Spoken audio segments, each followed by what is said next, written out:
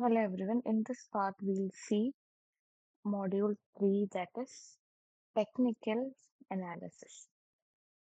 Basically, രണ്ട് kind of analysis ആണുള്ളത്. Stock market analysis ഒരുപാടുണ്ട്. അത് ബേസിക് ആയിട്ട് വരുന്ന രണ്ട് ടൈപ്പ് ഓഫ് അനാലിസിസ് ആണ്: fundamental analysis and technical analysis. Fundamental analysis is dealt in module 2 and technical analysis in module 3. So stock market analysis എന്ന് പറഞ്ഞ ഒരു സ്റ്റോക്കിനെ അല്ലെങ്കിൽ ഒരു ഷെയറിനെ നമ്മൾ എടുത്തിട്ട് ഓവറോൾ ആയിട്ട് അനലൈസ് ചെയ്യുന്നതാണ് സ്റ്റോക്ക് അനാലിസിസ് എന്ന് പറയുന്നത്. അത് രണ്ട് ടൈപ്പ് ഉണ്ട്: ഫണ്ടമെന്റൽ ഉണ്ട്, ടെക്നിക്കൽ ഉണ്ട്. So in this part will see what technical analysis is. Technical analysis is the study of price movements and pattern that is used to identify the trading of securities. അതായത് നമ്മുടെ price pattern നിങ്ങൾ ചാർട്ടൊക്കെ എടുത്ത് നോക്കിയാൽ അറിയാം, പ്രൈസുകൾ കൂടിയിട്ടുണ്ടാവും, കുറഞ്ഞിട്ടുണ്ടാവും. ഈ pattern വെച്ചിട്ട് ഫ്യൂച്ചറിലെ price predict ചെയ്യുന്നതാണ് എന്ത്? Technical analysis. Okay, it helps to predict the future prices with help of past price and volume of data. പണ്ട് എത്ര വോളിയം, എത്ര ആൾക്കാർ ഇതിൽ ചെയ്തു, ട്രേഡ് ചെയ്തു, എത്ര ആൾക്കാർ സെൽ ചെയ്തു എന്നുള്ള കാര്യങ്ങളൊക്കെ വെച്ചിട്ട് ഫ്യൂച്ചറിൽ പ്രിഡിക്റ്റ് ചെയ്യുന്നതാണ് technical analysis. It uses charts and graphs to predict future prices.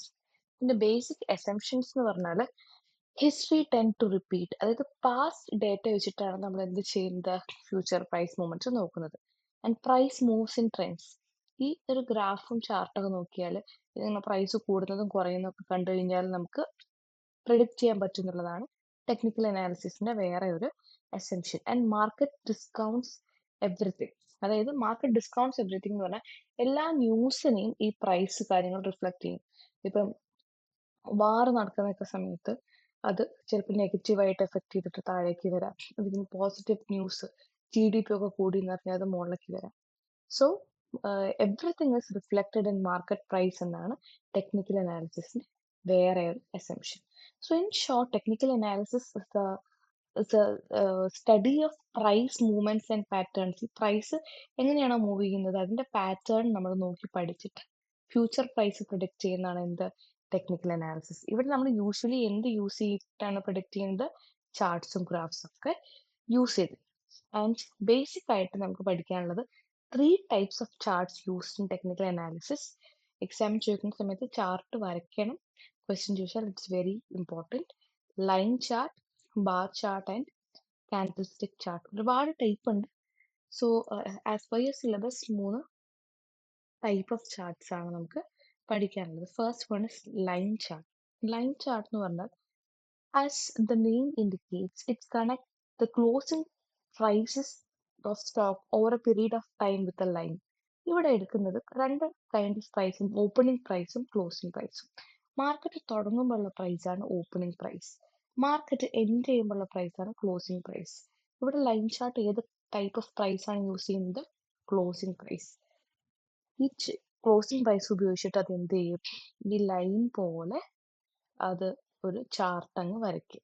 Closing price, ഒരു സ്റ്റോക്കിന്റെ ലൈൻ ചാർട്ട് എന്ന് പറയുമ്പോൾ ക്ലോസിംഗ് പ്രൈസ് എടുത്ത് വരയ്ക്കുന്നതാണ് എന്ത്? Line chart.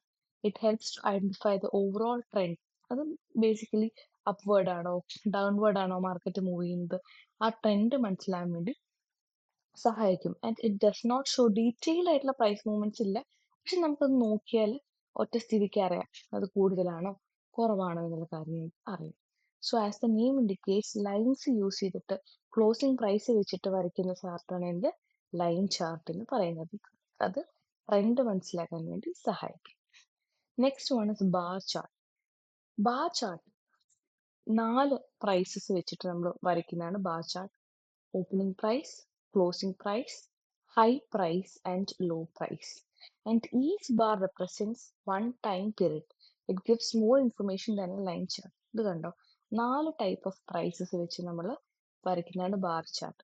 ഇവിടെ ഹൈ പ്രൈസ്, ഒരു ദിവസത്തെ ഏറ്റവും ഹയസ്റ്റ് പ്രൈസ്, ഒരു ദിവസത്തെ ഏറ്റവും ലോവസ്റ്റ് പ്രൈസ്, അത് മാർക്കറ്റ് സ്റ്റാർട്ട് ചെയ്യുമ്പോഴുള്ള പ്രൈസ്, മാർക്കറ്റ് ക്ലോസ് ചെയ്യുമ്പോഴുള്ള പ്രൈസ്.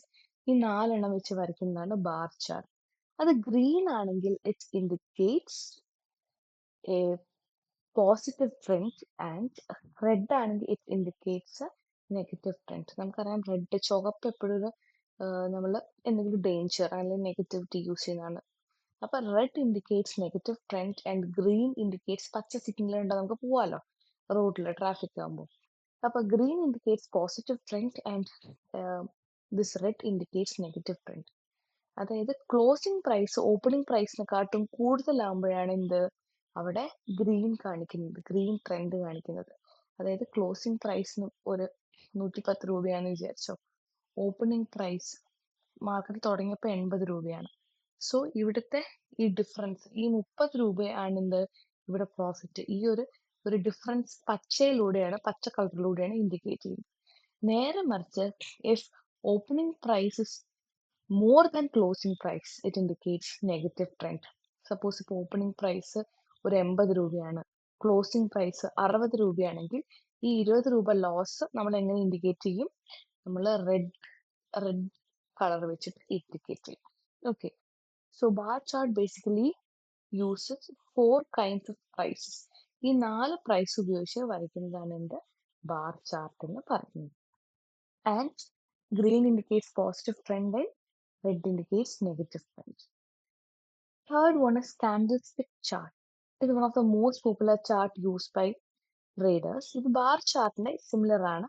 4 പ്രൈസ് യൂസ് ചെയ്യും, open, high, low and close price. ഇവിടെ കാൻഡിൽ ഷേപ്പ് ആയിരിക്കും ഫോർമേഷൻ. ബാർ ചാർട്ടിൽ ബാർ രൂപയായിരിക്കും ഫോർമേഷൻ. ഇവിടെയും ബാർ ചാർട്ട് പോലെ തന്നെ red indicates negative and green indicates positive. അതായത് മാർക്കറ്റ് കൂടുമ്പോൾ അതിനെ ഗ്രീൻ വെച്ച് ഇൻഡിക്കേറ്റ് ചെയ്യും, അതിനെ വിളിക്കുന്ന പേരാണ് ബുള്ളിഷ് ട്രെൻഡ്. മാർക്കറ്റ് കുറയുമ്പം റെഡ് വെച്ച് ഇൻഡിക്കേറ്റ് ചെയ്യും, അതിനെ വിളിക്കുന്ന പേരാണ് ബെയറിഷ് ട്രെൻഡ്. ഇവിടെയും 4 കൈൻഡ് ഓഫ് പ്രൈസ് ഉണ്ട്, high, low, open and close. See closing prices more than opening price ആണെങ്കിൽ എന്താണ് ഗ്രീൻ കളർ കാൻഡിൽ വെച്ചിട്ട് ഇൻഡിക്കേറ്റ് ചെയ്യും. And if opening price is more than closing price, അത് ഏത് കാൻഡിൽ വെച്ച് indicate ചെയ്യും? റെഡ് കാൻഡിൽ വെച്ച് ഇൻഡിക്കേറ്റ് ചെയ്യും. Okay, and the top indicates highest price of the day and lowest portion indicates the lowest price of the day. ആ ദിവസത്തെ high പ്രൈസും ആ ദിവസത്തെ ലോ പ്രൈസും കൂടെ ഇൻഡിക്കേറ്റ് ചെയ്യും. So these are the 3 basic types of charts that is used in technical analysis.